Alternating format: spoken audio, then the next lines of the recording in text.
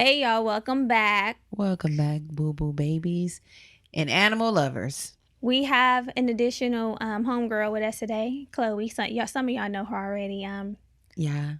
She's a pit bull in a skirt, the real pit bull in a skirt. Yeah, my niece is here. Yeah, she's here joining us.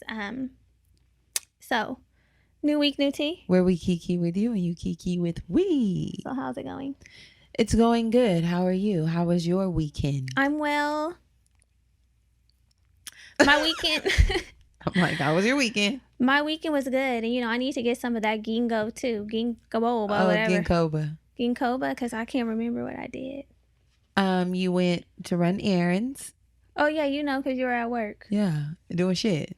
Okay, so tried this new restaurant that you should try called Julie Goes Green. Okay. It's vegan and they have pizza that's actually really good. Oh, okay. They use Follow Your Heart cheese. Nice. So yeah, my weekend was chill. Ran errands. I finally went to the Glossier store. Oh, how'd you like it? It's very nice in there. It's hella big. Did you get anything? No. Oh, nothing spoke to you? No. Yeah. Not at the moment. It's like you either have to have a hitter or it's just like, eh. Yeah. Glossier's cute, but it's not just like that kind of makeup. Right. It's not giving Fenty. It's not giving Fenty. And I can't wait till Fenty has their brick and mortar locations. Savage. Yeah, Savage X. Savage X Fenty. So I can see the pieces in real time. In real time. Person. It's gonna be. Remember Fredericks of Hollywood? It's gonna get. I remember, y'all. Let me tell you a little story. Yeah, like Victoria's Secret was like clean. Fredericks was ratchet. Yeah, it was X-rated. You went in there? I did, and I got a little number from Fredericks because you know what else? What, did you wear it? I bet that shit stayed on ice. I did actually. It was a leopard. It was leopard, purple trimmed number. It was like a little skirt laced up the front. The thing about Fredericks was it was more affordable than Victoria's Secret. And I remember the day that I bought that little outfit, it was going to be for like a Valentine's Day or some special occasion. I think I was probably like early 20s, y'all doing the fucking most. And I had a coat on, a pea coat of Bitch, no you didn't. Not the pea coat. The trench with just the lingerie. It was a pea coat. It wasn't even trench. I was just going with a coat that I had. It was a concept of a trench, but you had in a fucking wool ass pea coat. No, it wasn't a wool coat. At least a trench you can like belt. No, it was no. It was like this is not your shot. Yeah, it was belted, a belted coat of sorts. And I pulled up on my boo boo in that, and I was so afraid to even take it off. I was just sitting there with the number on, like. He probably was like, why you still got your coat on? The number in the coat? And then he went out of the room because he had like a back house setup. He went out of the room to go into the like house. And I hurry up and took the coat off and got underneath the cover. So immature. That's how you know, y'all, I shouldn't have been in that. I was never really a sexually liberated gal. So that was already a stretch. Like thinking maybe this is what I should have on. A little number for my nigga. And it's the pea coat for me. It was that piece that's how I was really doing the fact that you tried to put on the whole, like, girl, just put it on when you get to the house, but you wanted to come with a little dropping of the coat. The providing of experience. It was an experience of sorts. And I don't think that I wore a piece of lingerie from that day until I was probably 32. I'm going to be completely honest. 32 is when I slid my ass back in a piece. And that's it. And I think I've probably worn a couple pieces since then. And it's just been tucked away. And I have some numbers now. I need to bring them out. The TI. Right. Bring them out. It's hard to yell with the barrel. Who are you about to say, Jewel? I was going to say Jewel. It's hard to yell with the barrels in your mouth. Swizzy. Dun, dun, dun. Bring them out. His eye is watering. Yeah. So, Well, that was your weekend, relaxing, chill. Yeah. How was yours? Filled with work? It was filled with work. That was it. I didn't do shit. Came home, chilled. Get on over to Patreon so that we can free yourselves from the corporate America shackles. Please. So Germany does not have to work on the damn weekends anymore. Please, y'all, if you love me and want to see me doing better, log on to Patreon. Get over there and give us a few coins. Right. Yes.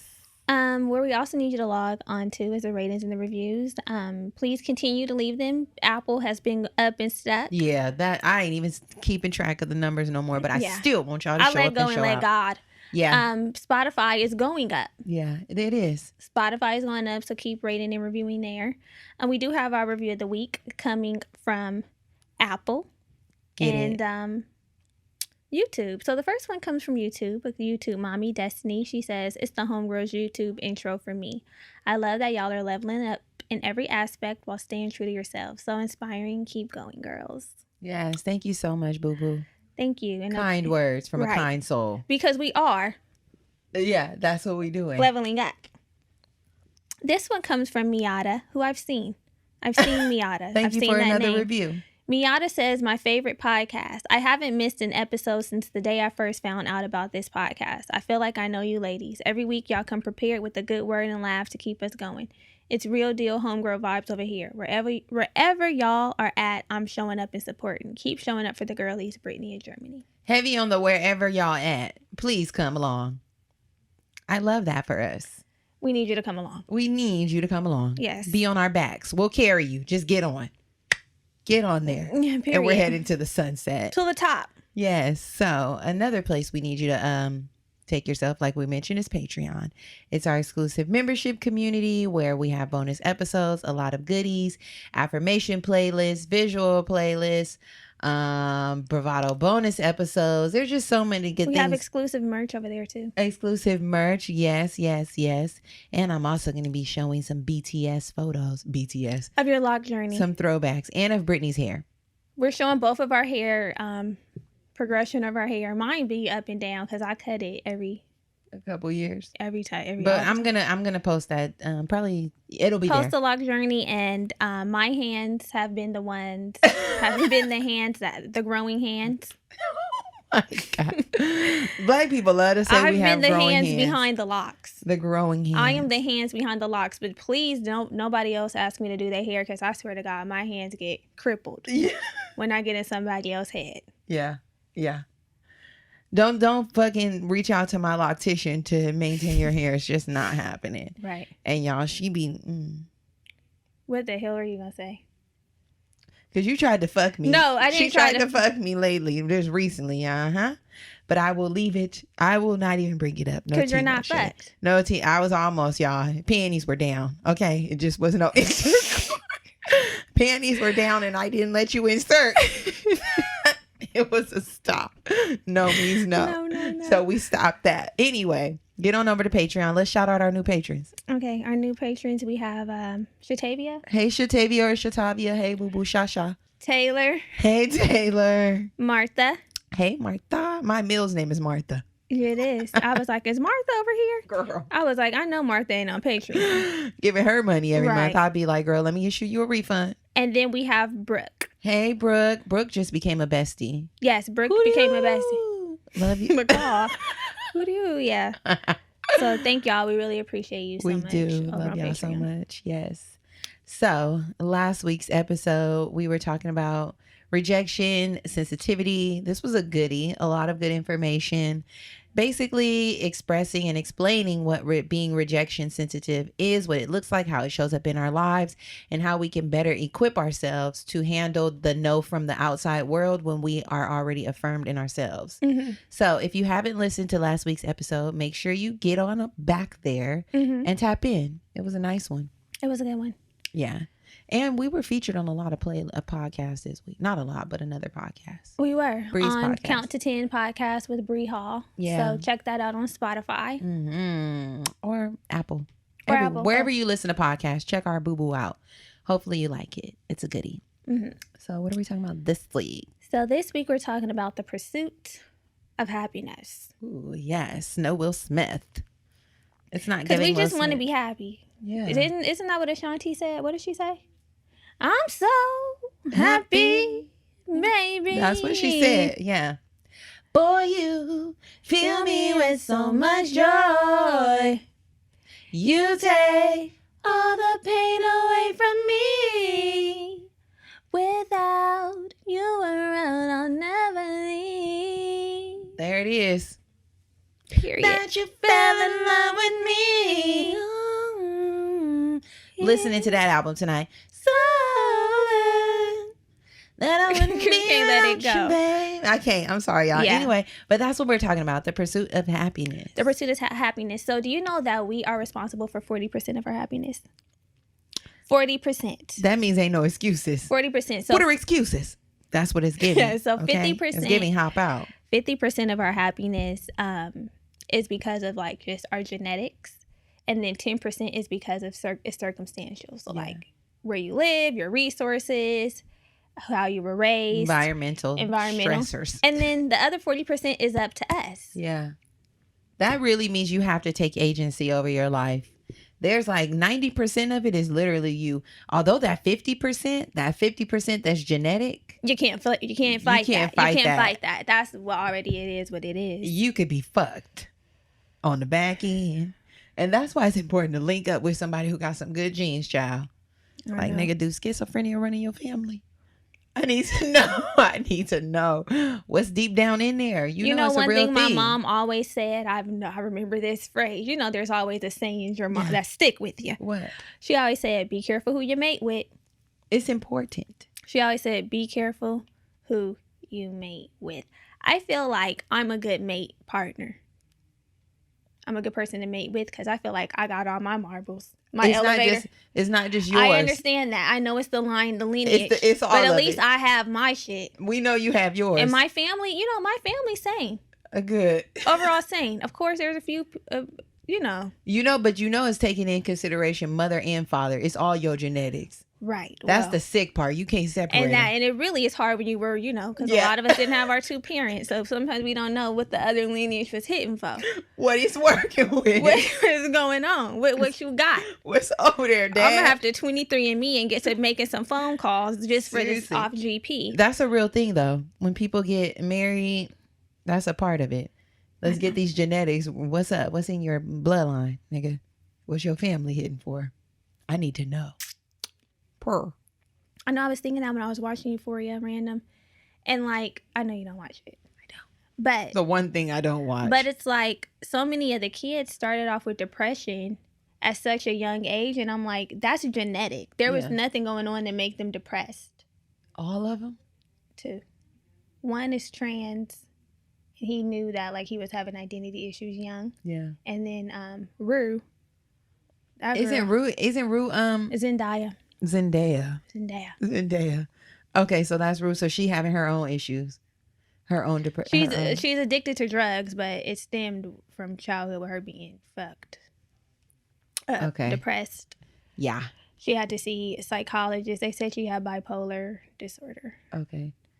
So. Anywho. Anyway, so yeah. We went off on a tangent, but today we're talking about the pursuit of happiness, hedonic adaptation specifically, because that's what it is. Yes. So let's explain it to the girls. Let's explain to the girls. So we love putting a new definition, new tool in your toolkit. So what's good? So what is hedonism? It's the pursuit of pleasure, sensual self-indulgence, and our human behavior is determined by desires to increase pleasure and decrease pain. Yes. It's constantly doing what we have to do so we don't have to feel what we don't want to do. Mm-hmm. You know? It's a type of happiness. Yeah. The pursuit of pleasure. So usually this type of happiness is linked to like sex. Sex and food. Yes. And I really do find pleasure in food. I love going out trying new restaurants. I love the whole experience and the feeling and eating the food. Food is like an experience for me. I know we have some foodies? Yeah, there's foodies and then there's the people who just eat to survive. I like the full package. I'm a little combo. I just be. Yeah. I'll eat to survive. I like them both. But I'll be like, nutrient dense, I'll take it. So I'll be like, I had a bowl. Yeah. Little black beans cow. Quinoa. Black beans quinoa. Yeah, avocado, some shit like that. Yeah. Mm-hmm. Yeah, I mean, that's the meals in my home. Yeah, I know, but I'm saying, I'll be like, I really want something with flavors and da-da-da-da-da. And you're like, I'm going to have a bowl. Yeah. This is true. Okay. But yeah, so That's what the basis of hedonism is, and we're going to be talking about the hedonic treadmill or hedonic adaptation. Yes. Which is basically like things happen, right? And as humans, we have a baseline level of happiness. So things happen that make us go above that or below that, like people winning the lottery, having sex, having like a pleasurable food experience, or some event happening that really piques your happiness where you're like, oh my God, I have so much joy. I'm excited. Ooh, bitch, I'm on cloud 9 right now. And then there's those lows, like experiencing loss, death, just being at a down point because accidents, health issues. We're just not always up. So essentially the hedonic treadmill is that process of going up, down, from highs, lows. But that middle point is always the baseline, your set point of like, okay, I generally feel okay. Right. Yes. So the reason why we want to talk about this topic is because some people's baseline is on the floor. The bar is on the floor. Some people, is at a healthy level. Some people's are really high. We want to make sure we have ours at a healthy level or maybe even higher, because when your baseline is on the floor, you're miserable. You're miserable no matter what the fuck happens. It's kind of like the Debbie Downer energy. Yeah. So and also I think it's good to put language to our feelings around always striving for more. Because you guys know, like when we get something, it's like, okay, new normal. What's next? Yeah. And sometimes that can be like, it's almost like the feeling of discontentment when really that's not the vibe. It's science. Like there's science to the way we feel. There's science to the things that we're experiencing. So that's where the hedonic treadmill comes into place. Yeah. Yes. And we're all on these treadmills. What this treadmill does is it gives us the ability to adapt to all the different changes that happen in our lives, right? Our feelings don't last forever. So if somebody makes us angry, we won't be angry for the rest of our lives. It's like, you know what? You really pissed me off. Fuck you. But imagine if you were harboring that energy forever, ever. We would be miserable. Yeah. And that's why bitches be bitter. Yeah. Bye, niece. You can't hold on to it. No, you can't.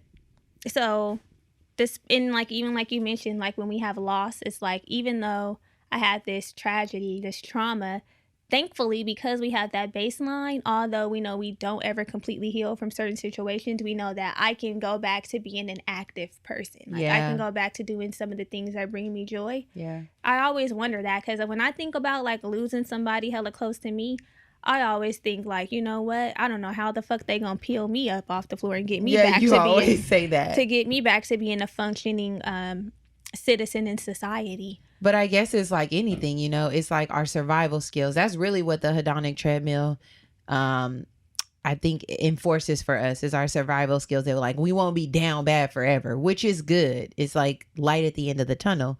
And even with the experiencing loss piece, this process helps us, I guess, compartmentalize. It helps us compartmentalize so that we can make space and hold space for whatever else is coming. So that's really how you would move forward. It's like, damn, that fucking sucks. But science, body, mind, every like chemical makeup will say, how can we compartmentalize this? How do we grieve from it? Still, it might hurt, and then move forward. Right. Wow. We are really something as humans. It's our ability to survive. We are really something. That's what psychologists say. Psychologists are the ones who said that this hedonic treadmill is the reason why we survive. Because which is true. A lot of shit can take us out. Like when people get in a car accident and they like lose a limb. And you just see them fully getting around. Like, now I have a prosthetic, and I'm not playing victim. It's like, now this is just the way I'm moving. The new normal. It's the way I move through the streets. Right. And eventually after losing, like using the accident for an example, you adapt, and then your way of life becomes your new baseline. Like now I'm back to just as content. If you have a positive outlook, right? It all goes back down to that baseline. If you have a positive outlook, then now it's like, all right, this happened to me. This is my new baseline. I can move forward in this way. It's really important for us to have strong mentals. The mind is the most important thing. So important. It's really funny how, this is a sidebar, totally off the rip, but Andres, like wasn't feeling good the other day, and he was like, "Ooh, I really feel like something is wrong with me." His mind was just fucking with him. He was like, "I need to go to the doctor." I'm like, "Okay, well, make your appointment. Do what you gotta do. You got health insurance, thank God." Right. And he was so stressed out, girl. He was feeling so depressed. He couldn't even go to work. And I was like, "Babe."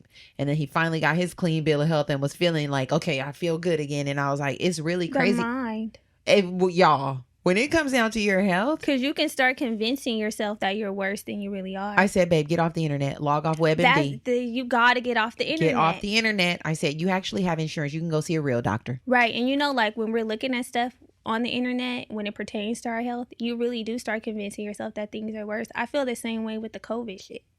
Like, and we had this conversation about the vaccinations when we were talking about getting them. Like, you look for stuff to reinforce how you already feel. You do. And then it confirms that.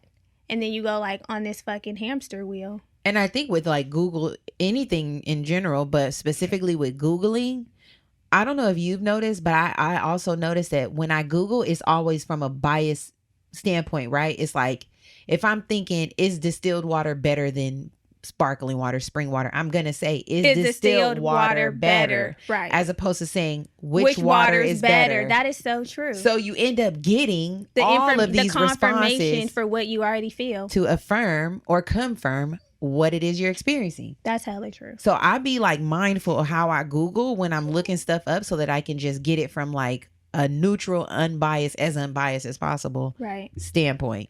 I think that's a good way to browse. Yeah. Because I mean, the internet is media. There's going to be bias, people pushing their own agendas, but when we have that skewed way of searching for shit, like, of course you're gonna get all those keywords, all that shit's gonna be popping up, and it's like, see, I was like, babe, get off of there because you're only Googling one thing. Get off. You're gonna be down bad in a minute. So yeah, I was only saying that to express how powerful our minds are. Like, it'll just take you on a spiral. I was convinced that I had a fucking brain tumor when I started working in my job. I was like, bro, oh God, something's wrong. I remember that period in your life. Right. You know, there's this book called Being Supernatural, and this woman was sick. She was stressed. That's really what it was. Like, she started off as stress, right? Mm-hmm. But then we know that when stress is in the body, it can manifest into illnesses. Yeah, for sure. So it started off as like her being stressed. Then she started having some like physical effects of the stress. Then the bitch, like the woman, sorry. The bitch. We be so quick to say the bitch. The woman really got sick, like debilitating sick. And then she's like, see, I knew it was because of that, huh? So then she started meditating, which is, again, the mind. And the sickness was reversed. See? It wasn't nothing that a doctor did. It was like reversing the mind. Yeah. There's all these different meditations that you can do. And I'm like, the mind is really powerful, which goes back to us being responsible for 40% of our own happiness. Yeah. We got to do better. This is the year of better. We got to do our part. Have you had, or like, what's an experience or an example that you can give of like your baseline of happiness and then like being on the hedonic treadmill? There's a few things I could say, like employment, right? Like my job, my car, my apartment, everything that I attain. It's like I'm working to get it. I feel so good when I finally get it. Right. It's like, oh, more money, great, better car. Girl, I don't even want to say better. The way we be putting that salary and dividing it. Listen, I don't even want to say better car, but like a step above. A car, an upgraded vehicle, a nicer apartment. Then it's like, what's next after this? Then it's like, okay, this is cool, but this ain't even enough no more. Right. You know what I mean? That I could say that, like that feeling of like constantly, okay, now this is the new, this was yesterday's rate, but that ain't even today no more. That's yesterday's price, baby. This is what it is today. Let me tell you something. Today's price is not yesterday's price. It's never yesterday's price. What about you? I have an example that's like the opposite way of the baseline. It's like COVID. When the shit first hit, it's like definitely below the baseline. Anxious, confused, damn near depressed. Like, you know, like what the hell is going on? And then as time passed, getting right back to my baseline, even with COVID still existing. Yeah, functioning. It's like, okay, COVID's still here, but I found a way to adapt and get back to my normal or a new sense of self that feels like my old sense of self, just in a new way. It just looks differently. Yeah, right. Your new normal, because you create a new baseline. Exactly. And again, going back to that survival piece, it's our survival mechanism. It's like, I can't be down bad forever because COVID exists, right? Right. So then it's like, how do I survive in this environment and not have myself dragged to the fucking floor being pulled by my labia majora? Right, because COVID hasn't gone anywhere. I'm one of the people that like think like, how can I adapt to this? Like, COVID ain't going nowhere. Right. I can't live in fear. I don't want to be reckless, but I can't be debilitated by the fact that COVID is here. Exists. Yeah. So, yeah. I think those are all great examples. So let's get into let's get into how we control our happiness with this treadmill. Yes. Or this treadmill, how this treadmill makes people wonder how much of their happiness is in their control, which we've already gave you percentages. But when we like pursue pleasures, right, they usually come in quick little spurts. Sex is fairly quick. Yeah. You reach the orgasm and then, you're done. Everybody's going to bed. You're done with it. Clean yourself up and go to sleep. Yeah. We're done here. You have the food. After the first bite, you're not. I mean, maybe sometimes if the shit is just hitting that good. But after the first bite, the excitement goes down. It's like, ooh, this is so good. And then you just finish the food, not even thinking about it. But sometimes pleasure can last. Mm-hmm. And those are the things that we want to, like, pursue. Yeah. It's like working out. Looking at your body keep getting better, more refined. It's like, ooh, I think it keeps like that dopamine hit, that spike of like, ooh, okay, we're really seeing something that we like, right. Is that vibe, or like constantly setting goals and obtaining them and reaching your milestones. Those are those kind of like drawn out, pleasurable experiences. Right. That I think helps keep your baseline high. Like if you just got the job, right? How we said we be hella pumped. We get the job and our levels spike. Yeah. And then we just stay at that job for 10 years. Like, of course it's dropping. But if we are constantly pursuing promotion, increase, maybe a new job. Oh, I'm going to have a side hustle now. Yeah. It's like, okay, I'm keeping my shit up. Yeah. It's constantly doing the work and then getting the results. Exactly. We want results this year. In a healthy way. Yeah, only results. So. Result-oriented mommy. When you think of the word pleasure, what do you think of? When you hear the word pleasure, what do you think of? Touch me. Oh, tease me. Did you see Eve's Bayou? Where she said, touch me. I don't think so. Touch me on my inside part. I will say I've never seen it. Touch me. I've never seen it. It's like, the New Orleans voodoo and all that shit. Never seen it though. It's a good movie. I know the movie, but I didn't have, oh no, that was Eve's Bayou the one where it was like some sort of rape or something with the kids or something? What was that? There was a little bit of something. I don't like that. I would not be watching that. There was some of that in there. I will not be watching that. What brings you pleasure? Feel me and caress me. Hold on. What brings me pleasure? So many things. The two popular, sex and food for sure. Being out having a good ass time definitely brings me pleasure. I love music and dancing. Yeah. Now that's a high I'll never stop chasing. I love it. I just like being out socializing. That's very pleasurable to me. I always get a little dopamine kick when I do that with good people, not if it's a drag. Yeah, no, for sure. Like a good, wholesome, good ass time. I live for it. Music, body swaying, everybody's vibing. I just could taste it. I could taste it. Yeah, what about you? Let me think. What else brings me pleasure? Money. That was easy. Money, power, respect. What brings me pleasure? Honestly, this is gonna sound basic and boring, but a nice cup of tea. I guess it's in the realm of food. That's a thing. It's very pleasurable for me. That's a thing. Like, last night, every night it's almost ritualistic and like religious in our house, right? In our apartment. Did you see that meme that was like, if I call it my house and you call it my apartment, you're a hater. Like the fuck, it's my house. It's my house. And I live here. Gonna tell me, baby. Come on, cue that Diana Ross song. That's my favorite Diana Ross song. Listen. It's my house. In my house, in our house, we have tea every night. Listen. Like together. It ain't no lie. Every time I come over there, I've been over there drunk, passed out on the couch and woken up to a cup of tea sitting next to me. I'm like, who made me tea? The fuck on? If it's some get out shit going on, no. Like, it's really a thing for us. It's like, and did you see that meme that was like, I love you so much, let me make you a cup of tea? No, like, I didn't that's what see comes that out of her one. mouth. I didn't see that one. Yeah, like, that's the way we express our love, and it's also the way we wind down. It's just such an integral part. My eyes are watering. Because that's funny. It's such an integral part of our, like, self-care, and it's so pleasurable to me. Like, the whole process. Because you make it ritualistic. It's not like you just put it in a tea bag of Lipton. Yeah, no. You have the tea press, the French press. Yes. And you like how it tastes. Yes. Like, even Andres was like, so I had gotten the ceramic tea kettle, right? Andres was like, we could just use the metal one. And I'm like, babe, it's almost like the equivalent of you streaming music on Spotify and playing music on your vinyl, like playing records. Like, different experience. It's a different experience. I said, obviously, we can fucking use the kettle. And I use that one in the mornings. But when I'm really, like, at the end of the night in a vibe, I was like, use this. Put it on the stove. Put it on use that pot. It's such a vibe. I was like, it's a different experience. So that is, I find deep pleasure in that. Like, I find deep pleasure in it. I love it. Of course, eating, having a good time, being around my family, things like that are very pleasurable. I love it. And it would be really cute. Did we already do our episode? No. Okay, cool. I'll save what I want to say for that. Yeah. Come back in a few weeks. Right. We didn't do that.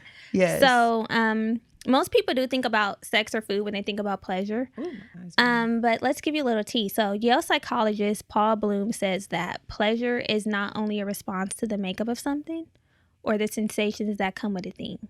So, for example, eating food and loving the taste and the smell can be pleasurable. Mm-hmm. But pleasure also comes from your beliefs or what you think about that thing. So, we got to think about that. Yeah. You know, and that's true. Like, when I'm finding something pleasurable or enjoyable, it definitely does tie to my beliefs or what I think about it. Like, we were just talking about how we be buying these expensive ass candles. Yeah. Right? That are like $80 a pop. Yeah. For the little. Yeah. It's not big. It's not a big pop. It's not a big body. It's a little. Yeah. But ultimately, we really enjoy those candles, not because it has a smell that just can't be found anywhere else for a cheaper amount, but because the way that we like feel and think about the purchase, about the brand, about what, honestly, about this. Honestly, it's a status symbol. It's giving it's saying material girl without saying it. Okay, yeah. You come into a home and you see what you see, and it's like, oh, I see what the fuck's going on here. I feel that way. Even, trust me, I have a few things in my home that I'm like, I see what it's giving. Material girl. It's giving material girl. It's just, that's really what it is. But it's like, it's not that the candle's better, the soap is better, that this is better. It's really the vibe. It's about what we think about the branding. Exactly. Yeah, that's pleasurable too, having nice things in your home. Yeah, that does bring me pleasure. Luxury brings me pleasure. Yeah. So this experiment was done with wine drinkers, right? Give us the tea. Okay, so everyone got the same wine, but half of the group was told that the wine was expensive, like $100 to $150 a bottle, and the other half of the group were told, like, this is some cheap shit. It's giving barefoot.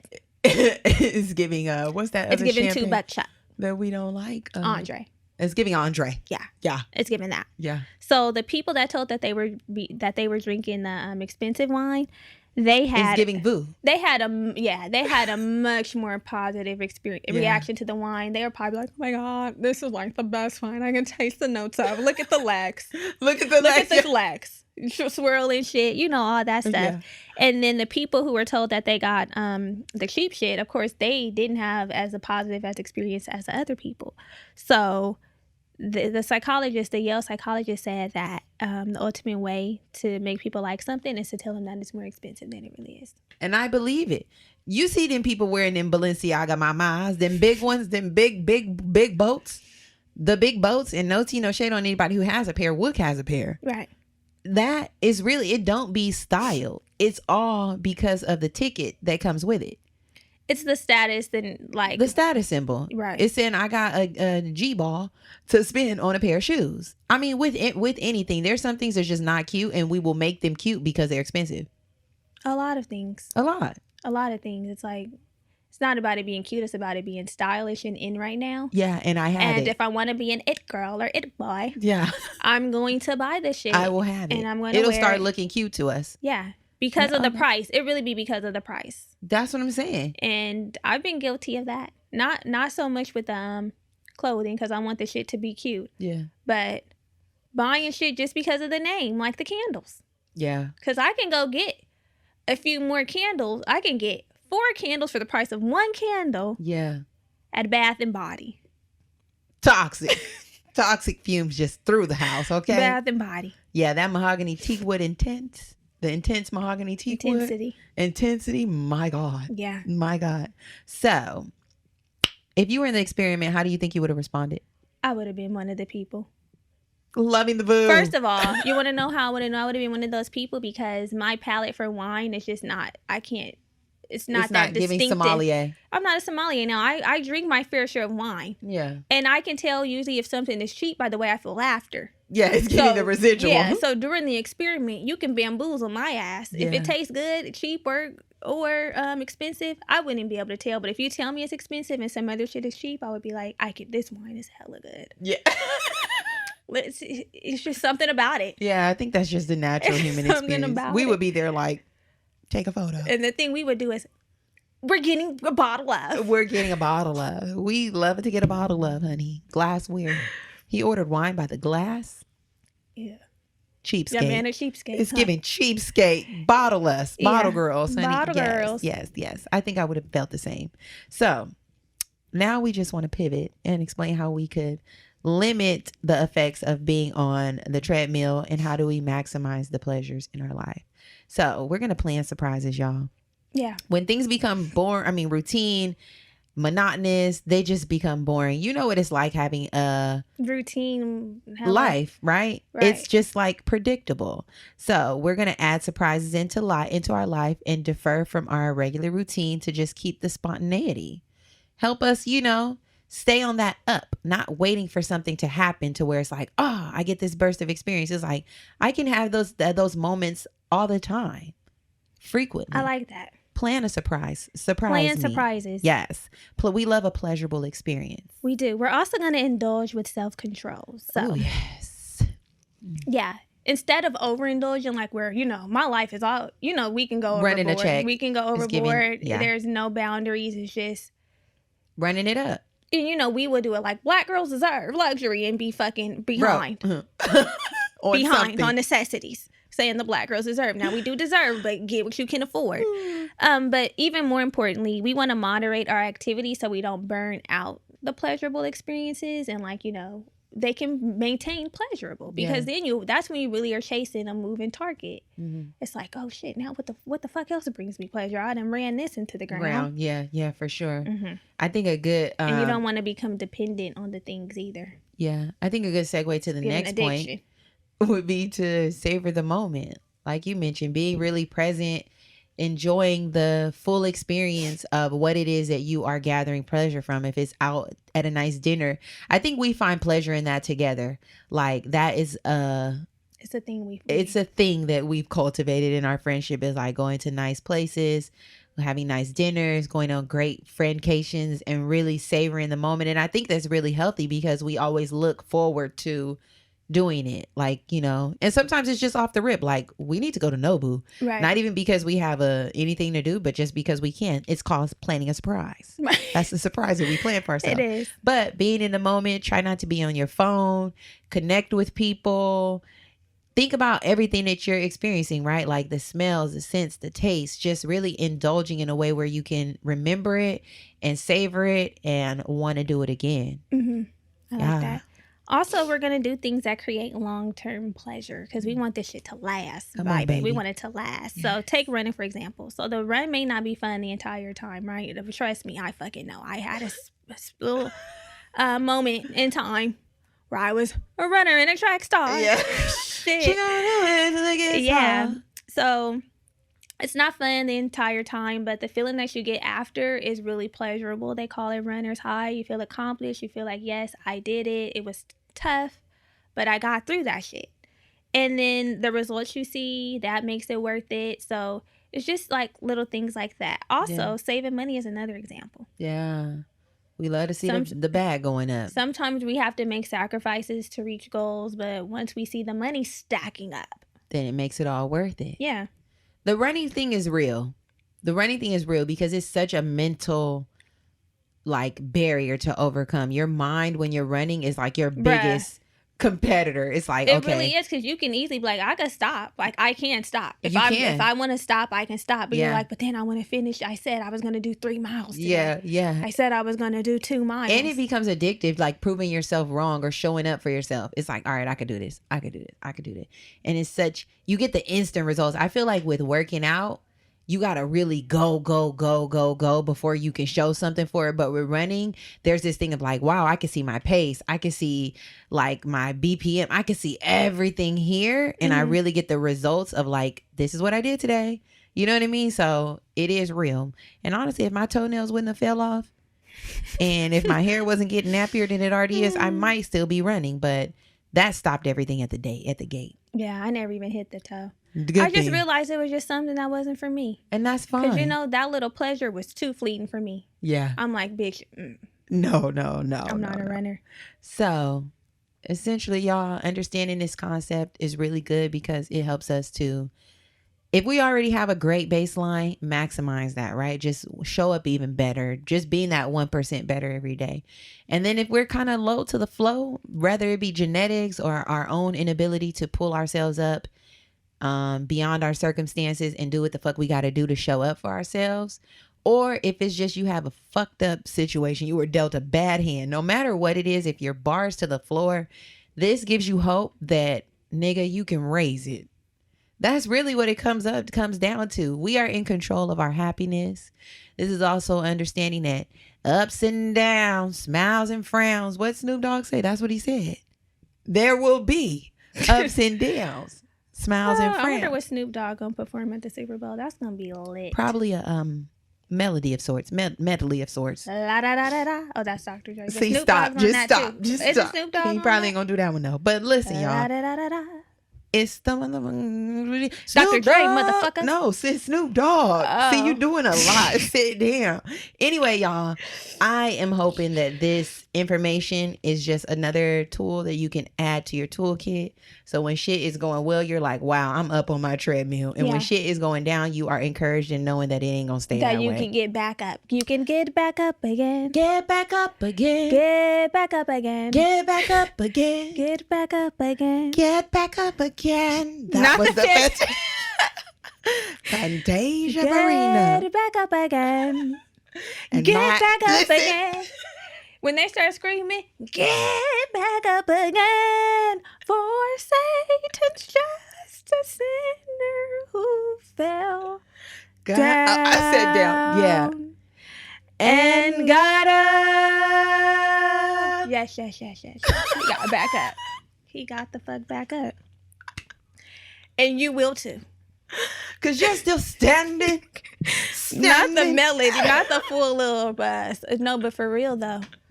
We can get back up. I'm crying. And we will get back up no matter what. Now that turned into a sermon. Stay encouraged, queens. Stay. Okay. So now it's time to, oh no, it's not time for that. We're just pivoting, y'all. We have a segment today. It's a For the Culture.